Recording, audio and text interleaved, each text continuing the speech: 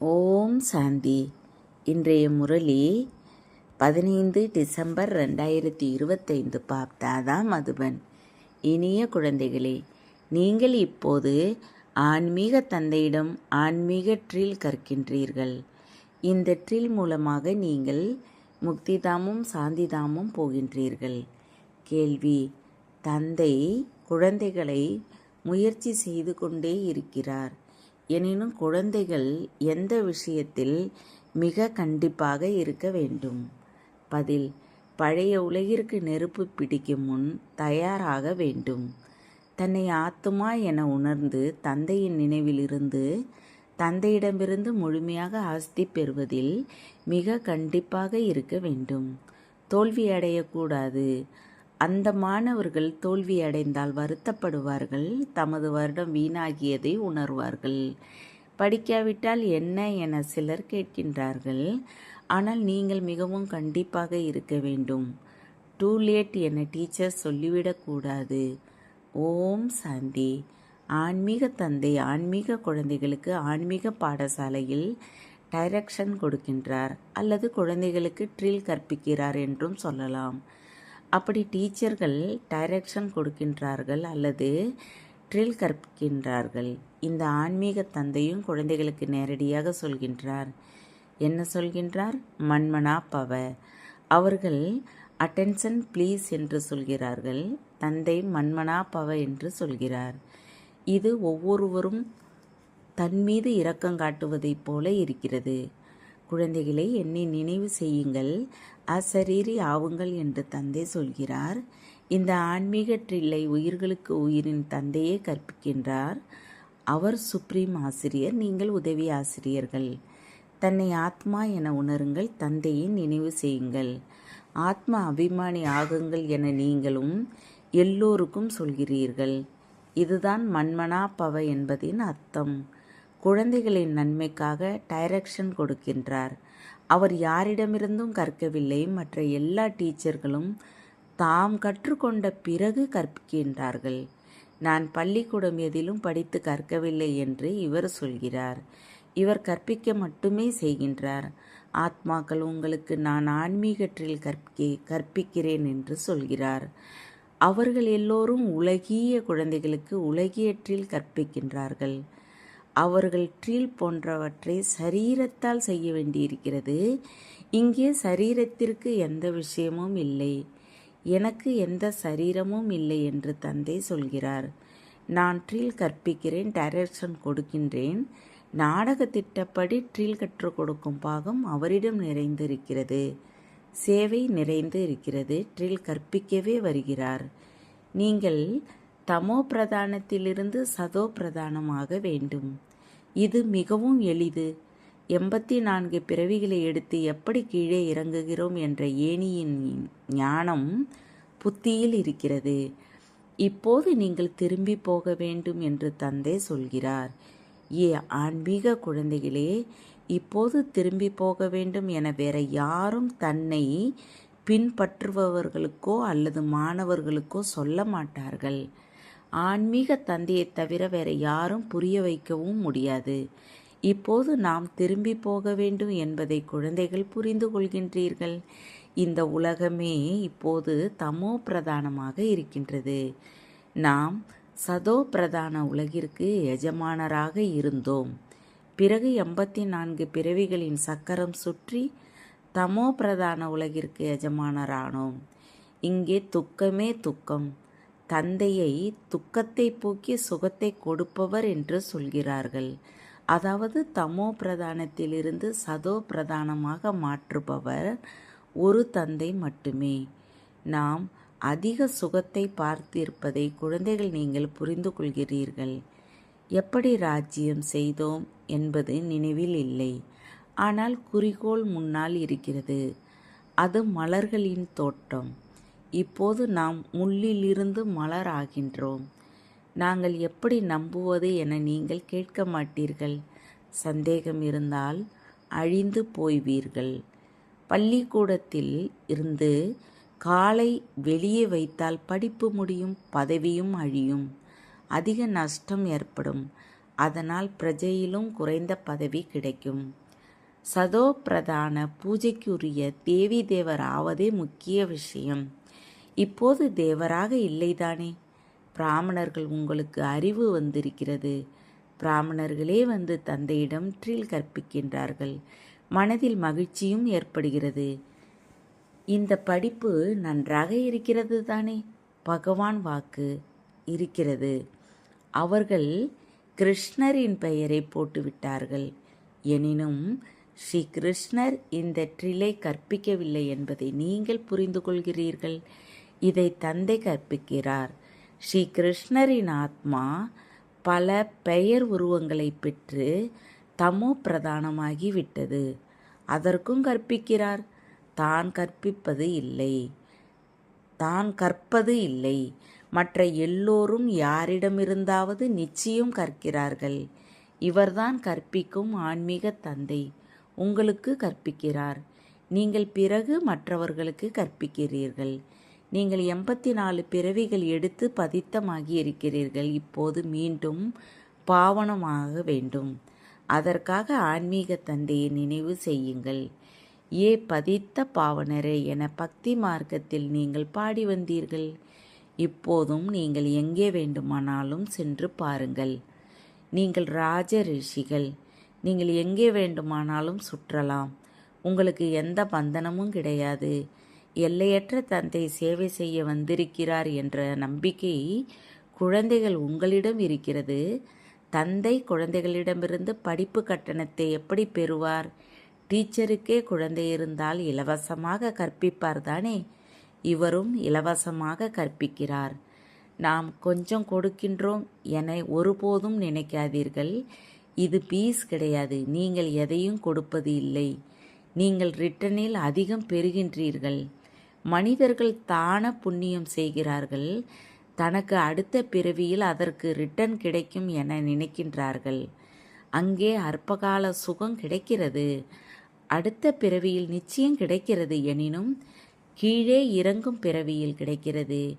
ஏணியில் இறங்கியே வந்தீர்கள். இப்போது நீங்கள் எதை செய்கிறீர்களோ அதை உயரும் கலைக்கு போவதற்காக செய்கிறீர்கள். கர்மத்தின் பலன் என்று சொல்கிறீர்கள். ஆத்மாவிற்கு கர்மத்தின் பலன் கிடைக்கிறது. இந்த லட்சுமி நாராயணருக்கும் கர்மத்தின் பலன் கிடைத்தது தானே? எல்லையற்ற தந்தையிடமிருந்து எல்லையற்ற பலன் கிடைக்கிறது. அங்கே மறைமுகமாக கிடைக்கிறது. அது நாடகத்தில் நிச்சயிக்கப்பட்டு இருக்கிறது. இதுவும் முன்னரே நிச்சயிக்கப்பட்டபடி நடக்கும் நாடகம். நாம் கல்பத்திற்கு பிறகு வந்து தந்தையிடமிருந்து எல்லையற்ற ஆஸ்தி பெறுகிறோம் என்பது உங்களுக்கு தெரியும். தந்தை நமக்காக அமர்ந்து பள்ளிக்கூடத்தை உருவாக்குகிறார். அது அரசாங்கத்தின் உலகிய பள்ளிக்கூடம். அதில் பல விதங்களில் அரைக்கல்பம் படித்து வருகிறீர்கள். 21 பிறவிகளுக்கு எல்லா துன்பத்தையும் தூர விலக்க இப்போது தந்தை கற்பிக்கிறார்.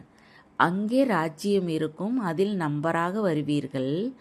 அப்படி இங்கும் ராஜா, ராணி, மந்திரி, பிரஜா போன்ற எல்லோரும் நம்பர்வார் இருக்கிறார்கள். இப்படி பழைய உலகில் இருக்கிறார்கள். புது உலகில் மிக குறைந்தவர்களே இருப்பார்கள். அங்கே சுகம் அதிகமாக இருக்கும். நீங்கள் உலகின் எஜமானர்களாகின்றீர்கள். ராஜாக்களும் மகாராஜாக்களும் வாழ்ந்து சென்று இருக்கிறார்கள். அவர்கள் எவ்வளவு மகிழ்ச்சியை கொண்டாடுகிறார்கள். ஆனால் அவர்கள் கீழே இறங்கியே வர வேண்டும் என்று தந்தை சொல்கிறார். எல்லோரும் இறங்குகிறார்கள். தேவர்களுக்கும் மெல்ல மெல்ல கலைகள் குறைகின்றன. ஆனால் அங்கே ராவண ராஜ்யம் இல்லை. அதனால் சுகமே சுகம். இங்கே இருப்பது ராவண ராஜ்யம். நீங்கள் எப்படி உயர்கிறீர்களோ அப்படி தாழ்வும் செய்கிறீர்கள். ஆத்மாக்கள் பெயர் உருவை தாரணை செய்து செய்து கீழே இறங்கி வருகின்றன. நாடக திட்டப்படி கல்ப முன்னர் போலவே கீழே இறங்கி தமோ பிரதானமாகி விட்டீர்கள். காம சிதையில் ஏறும்போதே துன்பம் ஆரம்பமாகிறது. இப்போது இருப்பது அதிக துன்பம். அங்கே பிறகு அதிக சுகம் இருக்கும். நீங்கள் ராஜ ரிஷிகள். அவர்களுடையது அட்யோகம். படைப்பவர் மற்றும் படைப்பின் முதல் இடை கடைசியை தெரியுமா என நீங்கள் யாரிடமாவது கேளுங்கள். அப்போது தெரியாது என்று சொல்வார்கள். யாருக்கு தெரியுமோ அவர்களே கேட்பார்கள். தனக்கே தெரியாத போது எப்படி கேட்பார்கள்? ரிஷி முனி போன்ற யாரும் திரிகால்தரிசியாக இருக்கவில்லை என்பது உங்களுக்கு தெரியும். தந்தை நம்மை திரிகால்தரிசியாக மாற்றுகின்றார்.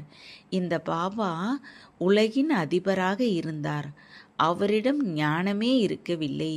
இந்த பிறவியிலும் 60 வருடம் வரை ஞானம் இருக்கவில்லை. எப்போது தந்தை வந்தாரோ அப்போதிலிருந்து மெல்ல மெல்ல ஞானத்தை சொல்லி வருகிறார். நம்பிக்கை புத்தி ஏற்படுகிறது.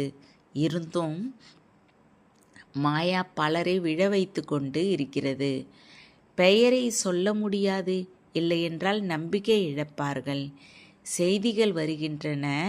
கெட்ட சகவாசம் ஏற்பட்டது. புதிதாக திருமணம் செய்தவரின் சகவாசம் கிடைத்தது. சலனம் ஏற்பட்டது. என்னால் திருமணம் செய்யாமல் இருக்க முடியாது என்று சொல்கிறார். நல்லது. தினந்தோறும் வகுப்பிற்கு வந்த மகாரதி இங்கும், அதாவது மதுபனம், பலமுறை வந்து சென்றவர் அவரை மாயா வடிவ முதலை வந்து பிடிக்கிறது. இப்படி பல கேஸ்கள் நடந்து கொண்டே இருக்கின்றன. இப்போது இன்னும் திருமணம் செய்யவில்லை. மாயா வாயில் போட்டு விழுங்குகிறது. பெண் வடிவ மாயா இழுத்து கொண்டே இருக்கிறது. முதலையின் வாய் வரை வந்து விட்டார்கள். பிறகு மெல்ல மெல்ல விழுங்கிவிடும். ஒருவர் தவறு செய்கிறார் அல்லது பார்க்கும்போது சலனம் ஏற்படுகிறது. நான் மேலிலிருந்து முற்றிலும் கீழே குழியில் விழப்போகிறேன் என்பதை உணர்கிறார். குழந்தை மிக நல்லவராக இருந்தார். இப்போது பாவம் சென்றுவிட்டார் என்று சொல்வார்கள். நிச்சயதார்த்தம் நடந்தது. இவர் இறந்தார். குழந்தைகளே, உயிரோடு இருங்கள். எங்கேயும் மாயாவுடன் யுத்தம் கடுமையாக நடக்கக்கூடாது என்று தந்தை எப்போதும் எழுகிறார். சாஸ்திரங்களிலும் இந்த விஷயம் கொஞ்சம் இருக்கிறது. இப்போதைய இந்த விஷயம் பிறகு பாடப்படுகிறது. எனவே நீங்கள் முயற்சி செய்ய வைக்கிறீர்கள். அப்போது மாயா வடிவ முதலை விழுங்காமல் இருக்க வேண்டும். விதவிதமாக மாயா பிடிக்கிறது. முக்கியமானது காமம் என்ற மகா சத்துரு. இதனிடம் மிக கவனமாக இருக்க வேண்டும். அழுக்கான உலகம் எப்படி தூய்மையான உலகம் மாறிக்கொண்டு இருக்கிறது என்பதை நீங்கள் பார்த்து கொண்டு இருக்கின்றீர்கள். இதில் குழப்பமடையும் விஷயமே இல்லை. தன்னை ஆத்துமா என உணர்ந்து தந்தையை நினைவு செய்தால் எல்லா துன்பங்களும் தூர விலகும். தந்தையே பதித்த பாவனர். இது யோக பலம். பாரதத்தின் பழைய ராஜயோகம் மிகவும் பிரசித்தமானது. கிறிஸ்துவிற்கு 3000 வருடங்களுக்கு முன்னர் பேரடைஸ் இருந்ததாக நினைக்கிறார்கள். அப்போது நிச்சயம் வேறு எந்த தர்மமும் இருந்திருக்காது. எவ்வளவு எளிய விஷயம். எனினும் புரிந்து கொள்வதில்லை. மீண்டும் அந்த ராஜ்யத்தை ஸ்தாபனை செய்ய தந்தை வந்திருப்பதை இப்போது நீங்கள் புரிந்து கொள்கிறீர்கள். 5000 வருடங்களுக்கு முன்பும் சிவபாபா வந்திருந்தார். இப்போது எப்படி ஞானத்தை கொடுக்கிறாரோ அதே போல நிச்சயம் இந்த ஞானத்தை கொடுத்திருப்பார். நான் ஒவ்வொரு கல்பமும் சங்கம யுகத்தில் சாதாரண உடலில் வந்து ராஜயோகத்தை கற்பிக்கிறேன் என்று தந்தை தானே சொல்கிறார். நீங்கள் ராஜ ரிஷிகள். முன்னால் அப்படி இருக்கவில்லை. தந்தை வந்திருக்கிறார். அப்போதிலிருந்து தந்தைக்கு அருகில் இருக்கிறீர்கள். படிக்கவும் செய்கிறீர்கள். சேவையும் செய்கிறீர்கள். ஸ்தூல சேவையும் செய்கிறீர்கள். சூட்சும சேவையும் செய்கிறீர்கள். பக்தி மார்க்கத்திலும் சேவை செய்கிறீர்கள். பிறகு வீடு வாசலையும் பராமரிக்கிறீர்கள். இப்போது பக்தி முடிந்தது. ஞானம் ஆரம்பமாகிறது என்று தந்தை சொல்கிறார். ஞானத்தால் சத்கதி கொடுக்க நான் வருகிறேன். தந்தை நம்மை தூய்மையாக்குகிறார் என்பது உங்கள் புத்தியில் இருக்கிறது. நாடகப்படி உங்களுக்கு வழி சொல்ல நான் வந்திருக்கிறேன் என்று தந்தை சொல்கிறார். டீச்சர் கற்பிக்கிறார். குறிக்கோள் முன்னால் இருக்கிறது. இது மிக உயர்ந்த படிப்பு. கல்ப முன்னர் எதை புரிய வைத்திருந்தேனோ அதையே இப்போதும் புரிய வைத்து கொண்டு இருக்கின்றேன். நாடகத்தின் டிக் டிக் நடந்து கொண்டே இருக்கிறது. நொடிக்கு நொடி எது கடந்து செல்கிறதோ அது 5000 வருடத்திற்கு பிறகு ரீபிட் ஆகும். நாள் கடந்து செல்கிறது. இந்த எண்ணங்கள் வேறு யாருடைய புத்தியிலும் இல்லை. சத்தியுகம், திரேத்தாயுகம், தாப்பர் யுகம், கலியுகம் கடந்து விட்டன. அவை ரீபிட் ஆகும். எது கடந்ததோ அது கல்ப முன்னரும் கடந்தது. இன்னும் கொஞ்ச நாட்கள் மீதம் இருக்கின்றன. அவர்கள் லட்ச வருடங்கள் என்று சொல்கிறார்கள். அத்தோடு ஒப்பிடும்போது இன்னும் சில மணி நேரங்களே மீதம் இருக்கின்றன. இதுவும் நாடகத்தில் நிச்சயிக்கப்பட்டு இருக்கிறது. எப்போது நெருப்பு பிடிக்குமோ அப்போது விழிப்பார்கள். பிறகு டூ லேட் ஆகிவிடும். அதனால் தந்தை முயற்சி செய்ய வைத்து கொண்டே இருக்கிறார். தயாராகி அமருங்கள். டூ லேட் என்று டீச்சர் சொல்லும்படி ஆகக்கூடாது. பாஸ் ஆகாதவர்கள் அதிகமாக வருத்தப்படுவார்கள். தமது வருடம் வீணாக போனதை உணர்வார்கள். படிக்காவிட்டால் என்னவாகும் என்று சிலர் கேட்கிறார்கள். நாம் தந்தையிடமிருந்து ஆஸ்தியை முழுமையாக பெற வேண்டும் என்பதில் குழந்தைகள் நீங்கள் கண்டிப்பாக இருக்க வேண்டும். தன்னை ஆத்மா என உணர்ந்து தந்தையை நினைவு செய்ய வேண்டும். இதில் ஏதாவது சிரமம் இருந்தால் தந்தையிடம் கேட்க முடியும். இதுதான் முக்கிய விஷயம். என்னை மட்டும் நினைவு செய்யுங்கள் என 5000 வருடங்களுக்கு முன்னரும் தந்தை சொல்லியிருந்தார். பதித்த பாவனர் நான் தான். அனைவருக்கும் தந்தையாக இருக்கிறேன். ஸ்ரீ கிருஷ்ணர் அனைவருக்கும் தந்தை அல்ல. நீங்கள் சிவனின் ஸ்ரீ கிருஷ்ணரின் பூசாரிகளுக்கு இந்த ஞானத்தை சொல்ல முடியும். ஆத்மா பூஜைக்கு உரியதாக மாற வேண்டியது இல்லை என்றால் நீங்கள் எவ்வளவுதான் தலையில் அடித்து கொண்டாலும் அவர்கள் புரிந்து கொள்ள மாட்டார்கள். இப்போது நாஸ்திகர்கள் ஆகிறார்கள். ஒருவேளை பின்னர் ஆஸ்திகர்கள் ஆகலாம். திருமணம் செய்து விழுந்தவர்கள் பிறகு வந்து ஞானத்தை பெறலாம். எனினும் ஆஸ்தி மிகவும் குறைந்துவிடும். ஏனென்றால் புத்தியில் அடுத்தவரின் நினைவு வந்து அமர்ந்திருக்கிறது. அதை அகற்றுவது மிக கடினமாக இருக்கும். முதலில் மனைவியின் நினைவு வரும். பிறகு குழந்தைகளின் நினைவு வரும். குழந்தைகளை விட மனைவியின் நினைவு அதிகமாக இழுக்கும். ஏனென்றால் நீண்ட கால நினைவு இல்லையா? குழந்தை பின்னால் வருகிறது. பிறகு உற்றார் உறவினர், மாமியார் வீடு எல்லாம் நினைவிற்கு வரும். முதலில் மனைவி, அவர் நீண்ட கால துணையாக இருக்கிறார். இங்கும் அப்படித்தான். நாங்கள் தேவர்களோடு நீண்ட காலம் வாழ்ந்தோம் என நீங்கள் சொல்கிறீர்கள். சிவபாபாவோடு நீண்ட கால அன்பு இருந்தது என்றும் சொல்கிறீர்கள். அவர் நம்மை 5000 வருடங்களுக்கு முன்பும் தூய்மையாக மாற்றி இருந்தார். ஒருவேளை கல்பமும் வந்து நம்மை காப்பாற்றுகிறார். அதனால் அவரை துன்பத்தை போக்கி சுகத்தை கொடுப்பவர் என்று சொல்கிறார்கள். உங்கள் லைனை மிக தெளிவாக வைக்க வேண்டும். இந்த கண்களால் நீங்கள் எதை பார்க்கிறீர்களோ அது சுடுகாடு ஆக வேண்டும் என்று தந்தை சொல்கிறார். இப்போது நீங்கள் சங்கம யுகத்தில் இருக்கின்றீர்கள். அமரலோகம் வரப்போகிறது. இப்போது நாம் புருஷோத்தமர் ஆவதற்கு முயற்சி செய்து கொண்டு இருக்கிறோம்.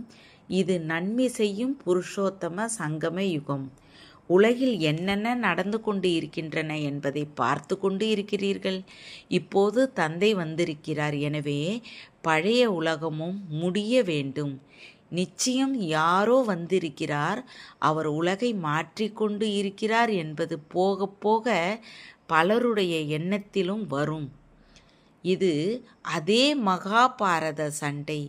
நீங்களும் எவ்வளவு புத்திசாலியாக மாறியிருக்கிறீர்கள். இது சிந்தனை செய்ய பெரிய விஷயம். உங்கள் சுவாசத்தை வீணாக்கக்கூடாது. ஞானத்தால் சுவாசம் வெற்றி பெறுவது உங்களுக்கு தெரியும். நல்லது. இனிமையிலும் இனிமையான காணாமல் போய் கண்டெடுக்கப்பட்ட செல்ல குழந்தைகளுக்கு தாய் தந்தை பாப்தாதாவின் அன்பு நினைவுகள் மற்றும் காலை வணக்கம். ஆன்மீக குழந்தைகளுக்கு ஆன்மீக தந்தையின் நமஸ்காரம். ஆன்மீக தந்தைக்கு ஆன்மீக குழந்தைகளின் அன்பு நினைவுகள் மற்றும் நமஸ்காரம். தாரணைக்கான முக்கிய சாரம் 1. மாயாவிடமிருந்து தப்பிக்க கெட்ட சகவாசத்திலிருந்து தன்னை பாதுகாத்து கொள்ள வேண்டும். உங்கள் லைனை தெளிவாக வைக்க வேண்டும். சுவாசத்தை வீணாக்கக்கூடாது. அதை ஞானத்தால் வெற்றி பெற வைக்க வேண்டும். 2. எவ்வளவு நேரம் கிடைத்தாலும் யோக பலத்தை நிறைப்பதற்கு ஆன்மீக ட்ரில்லை பயிற்சி செய்ய வேண்டும். இப்போது எந்த புதிய பந்தனத்தையும் உருவாக்கக்கூடாது. வரதானம்: தந்தையின் குடை நிழலை அனுபவம் செய்வதன் மூலமாக விக்ன விநாசகர் என்ற பட்டத்தை பெறும் அனுபவி மூர்த்தியாகுக. தந்தை எங்கே துணையாக இருப்பாரோ அங்கே யாரும் எதையும் செய்ய முடியாது. இந்த துணையின் அனுபவமே குடை நிழலாகிறது. பாப்தாதா சதா குழந்தைகளை காப்பாற்றவே செய்கிறார். உங்களை அனுபவிகளாக மாற்றவே பேப்பர் வருகிறது. அதனால் இந்த பேப்பர் அடுத்த வகுப்பிற்கு போக வைக்க வருகிறது என்று எப்போதும் புரிந்து கொள்ள வேண்டும். இதன் மூலமாகவே சதா காலத்திற்கு விக்ன விநாசகரின் டிகிரியும் அனுபவி மூர்த்தியாகும் வரதானமும் கிடைக்கும். இப்போது யாராவது கொஞ்சம் சத்தம் போட்டாலும் தடை ஏற்படுத்தினாலும் மெல்ல மெல்ல சரியாகிவிடும். சுலோகன்: யார் தக்க சமயத்தில் உதவி செய்வாரோ அவருக்கு 1க்கு கோடி மடங்கு பலன் கிடைக்கும். அவ்யக்த செய்கை: இப்போது முழுமையாகும் கர்மாதீத்தாகும் ஆர்வம் கொள்ளுங்கள். பார்ப்பது, கேட்பது, சொல்வது போன்ற விசேஷ செயல்கள் எளிதில் பழக்கமாகிவிட்டன. அதே போல கர்மாதீத்தாகும் நிலை, அதாவது கர்மத்தை சுருக்கும் சக்தியால் அக்கர்மி ஆகுங்கள், அதாவது கர்மாதீத்தாகுங்கள். ஒன்று கர்மத்திற்கு அடிமையான நிலை, அடுத்தது கர்மாதீத் நிலை, அதாவது கர்மத்திற்கு அதிகாரி நிலை. அதனால் கர்மேந்திரியங்களை வென்ற எனது சுயராஜ்ய அதிகாரி ராஜாவின் ராஜ்ய காரியங்கள் சரியாக நடக்கின்றனவா என்பதை சோதனை செய்யுங்கள். ஓம் சாந்தி. தேங்க்ஸ் பாப்பா.